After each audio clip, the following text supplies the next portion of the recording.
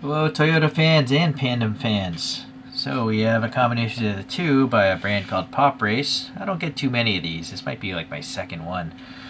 It is PR64-55, and so that's the Pandem GR Yaris, the 164. Is this a licensed product? It is. Okay, so they're doing it legit. 14 and up, so it's got some small parts that a child might choke on. It's made in China like everything else, and yeah, I like the small packaging. Don't see it doesn't seem too wasteful. Assuming there's good quality control by this brand. Again, I don't have too many of these at this brand. The only reason why I got this is I saw it on display at a toy store, and it just looked cool. So even though I like the idea of the GR Yaris, it was built for the WRC homologation. Those things would have like 250 to 300 horsepower depending on what year it is and what country you buy it in. But then we have the Pandem kit, which I guess is like around $6,000 for the whole kit, which actually seems like a pretty good deal considering how much difference this thing looks from a regular GR Yaris, which still looks pretty cool. Alright, we got this little blister thing, so the thing arrives safely. Hopefully it doesn't have any issues. This is from the actual Pandem website, so I thought it would be good. And also, frankly, it's kind of hard to see all the details when the thing is black. So it's more like you're looking at the photographs and not the model, because the model is pretty hard to see what's going on. But you can pause and maybe do a better job than I can of deciphering if it looks like these photographs.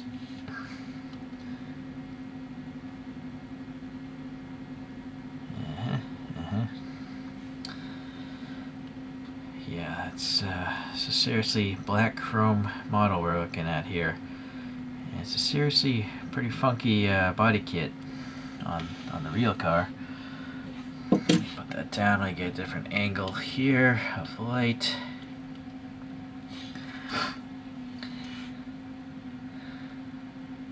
Travis, if you tune in, I'm not going to buy a new camera because my S10 Plus did worse video than this A7. And also, regular dedicated cameras have small screens. So, and if anyone can tell me of a tablet or a mobile phone with a large screen that is proven to have good macro video, then I would consider buying it. But I'm not gonna just go buy random phones that cost $600 just to find out that they're not any better than this one. All right, so that's a random tangent, but let's try to focus on this model. It's pretty hard. The thing is black chrome after all. I'm gonna try. Maybe I'll just hide the rest of the model right there, and let's just look at the wheel here, which also is quite shiny in two different colors. First, the tire looks pretty great. The Advan Yokohama is pretty well centered, as well as the red graphics. So very good printing on the tires. Then the shape of the tire isn't slab-sided, so it actually looks like a blown-out balloon, like tires are. Then the lip here is super shiny. I don't know if that thing is metal or like chromed plastic, but it is literally chrome, so I mean you can just see the reflection, Knight Rider reflection moving around there. Then the spokes are very shiny as well, in black, and then we have 5 lug nuts there in the middle, and just like a center axle opening probably. And then coincidentally, these kind of match the photograph, because that photograph is running 6 spokes black as well. Granted, it seems to have white rims, but alright, now what I'm not seeing here is any sort of indication of a brake caliper.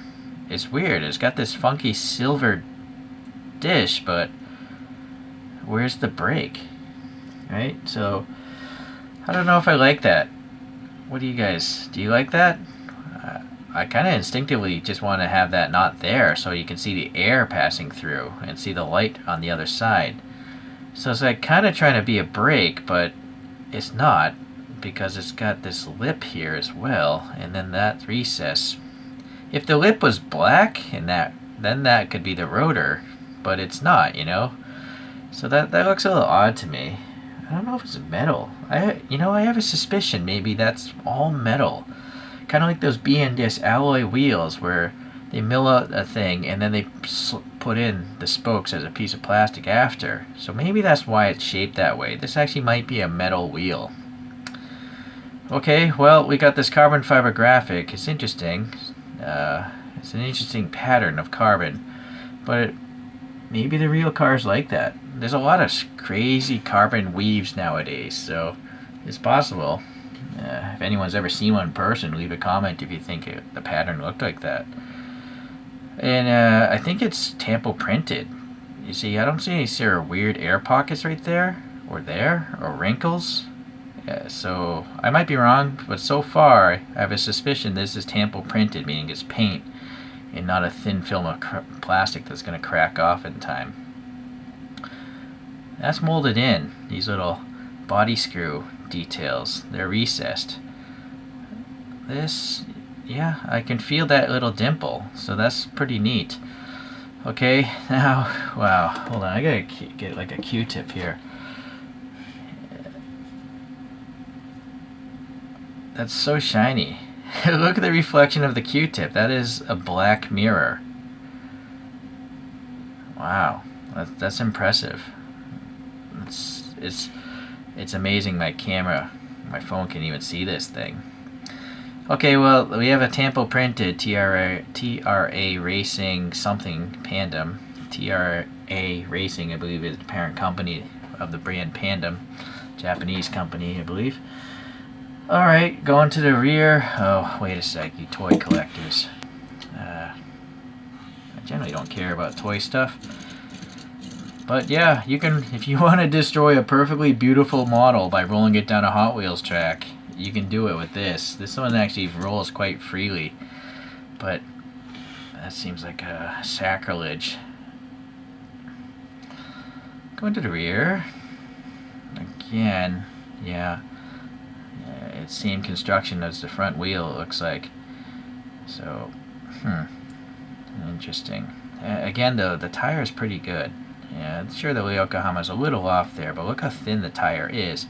And gratefully, the tire tread blocks from the side aren't too obnoxious. You can still see them, of course, but it doesn't look like a truck, you know, a mud bogging truck, so that's good. And then this carbon stuff is carrying over here as well. There's some sort of vent detail there, just molded. I can't tell if there's paint in the vent. It's just so shiny. Can't tell if it's a different... I don't know. You'll have to make that call. Then the door handle there is sticking out and it has recesses for the fingers, so that's nice. Fuel filler looks good. You got the little dimples there for the body screws. The side windows have some raised molding detail, and I assume they're painted black. I think so. Hard to tell. In fact, it looks like the back window is black.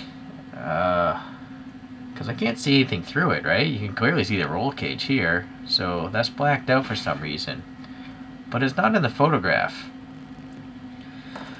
So I'm not sure if there is a black chrome car out there in the real world. Please leave a comment if you're really into this JDM stuff. Maybe there's a real car out there with a black chrome paint job and they blacked out that window. Because I don't know why they would spend the resources making that dark when the rest of it's clear. We'll get to the interior later. That mirror there, it does have some silver. I'm gonna guess it's a sticker maybe? I don't know. It seems offset, so that's why I think it's a sticker. And then the front end, it's pretty smooth. It's a rigid mirror, it's not rubbery like Mini GT does, so that's too bad. Okay, I guess we'll go to the front.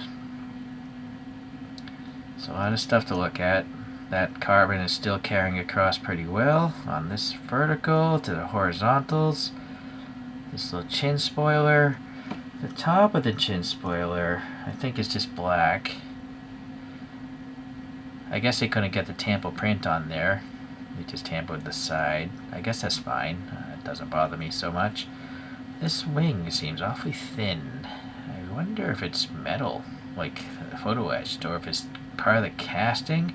Or maybe this whole front thing is plastic, actually, as a separate piece. Anyways, it looks nice.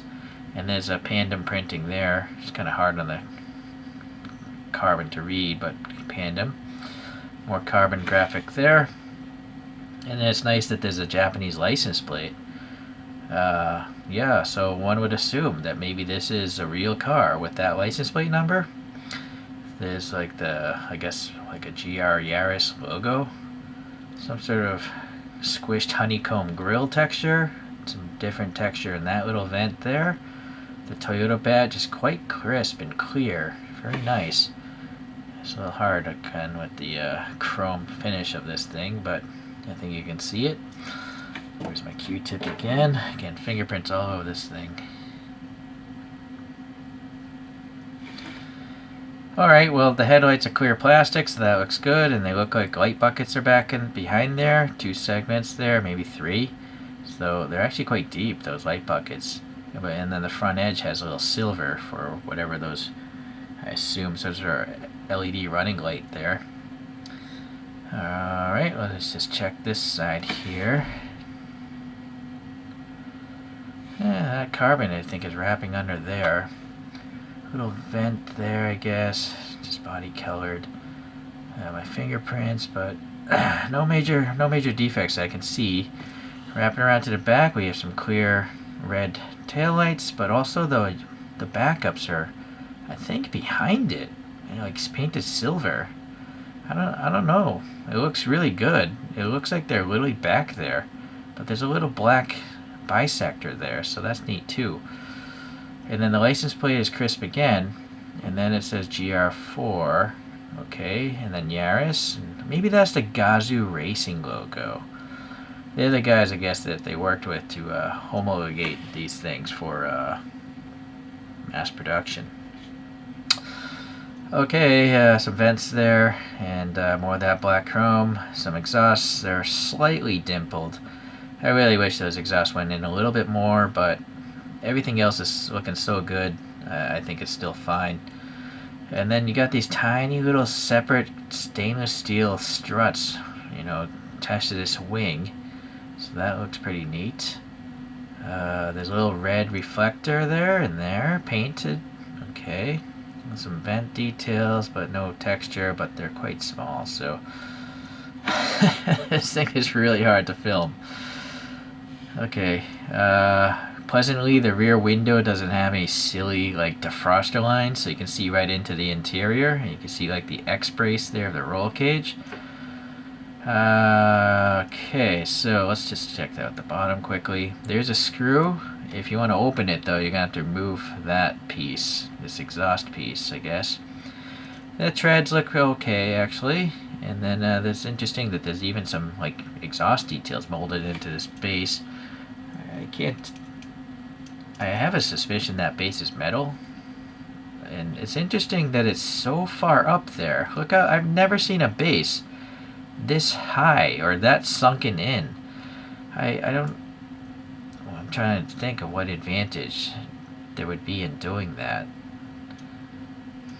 Anyways, you can see the backside of the wheels. So those are billet aluminum wheels, and that's why the front side looks a little bit odd, because they didn't paint or maybe they could have put a sticker of a brake rotor in there. But then it might just peel off and look weird. Anyways, so that's some quality. You have some real metal wheels, so that's kind of nice. Yeah, I still don't know why. I guess maybe it's because the rear end of the car might be that high. It doesn't look that high in the photograph though. It looks quite low. So, I mean here, right? So this is, I don't know, maybe that rear end should be a little lower. Well, interesting decision there. Alright, so I gotta clean off these windows. You can see this windscreen here. It has a Rocket Bunny text printed on it. It looks pretty good. It's got 2 really faint indications of wiper blades, and they're raised a little bit, painted black. And then the dash there, it's got sadly a sink cooling mark, but it's just black molded plastic with a hollow steering wheel, some buttons down there in the center console. The seats, yeah, they're racing seats for sure. The side bolsters, the head bolsters, the whole depressions, I guess they're depressions for the seat belts. They're not actual holes though. And then, yeah, I guess the roll cage is as good as you can get it. It's a little low because this plastic is carrying across onto the roof to the other side. So they got it as high up as they could. It's just really not much else you can do about that with a molded window like that. And then the roof is very fingerprinty. But you got this little shark fin thing, and that looks good. And so again, yeah, look at this reflection. This is a black mirror. Look how clear that Q-tip is. You can literally see the fibers in the reflection. That's impressive. Okay, well, let's get the flashlight. Let's make sure this... Did we miss anything? Any sort of fire extinguisher? No. Oh, look at the shifter. It's like a rally shifter. It's really tall, so it's closer to the steering wheel for faster shifting. But it's got 2 cup holders back there. And that, you got to see that back part of that roll cage. It's got two holes there. I wonder if there's a spare wheel or something in there. I don't see anything else. That's a relatively elaborate roll cage if you look at that, right? There's a lot of points. It's a 6-point roll cage, it looks like, attaching to the car. That's impressive.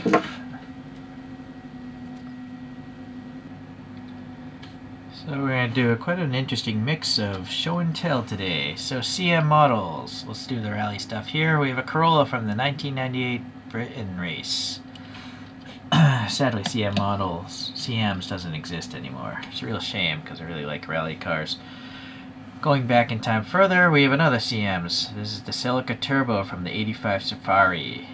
Alright.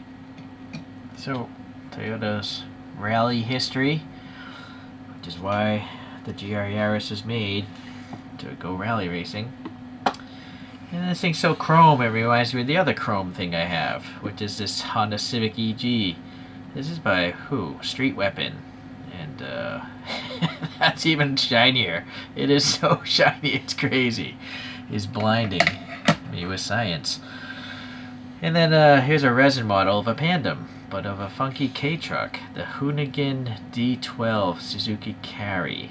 Okay, so yeah, that's a really strange, bug-eyed, like, miniature truck, but with a body kit.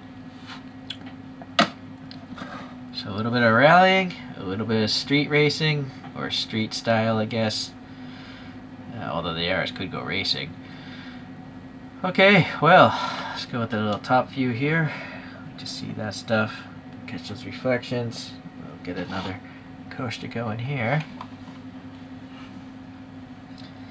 Yeah, it's the wrong coaster. We can't have that thing on dirt. Let's go with this one.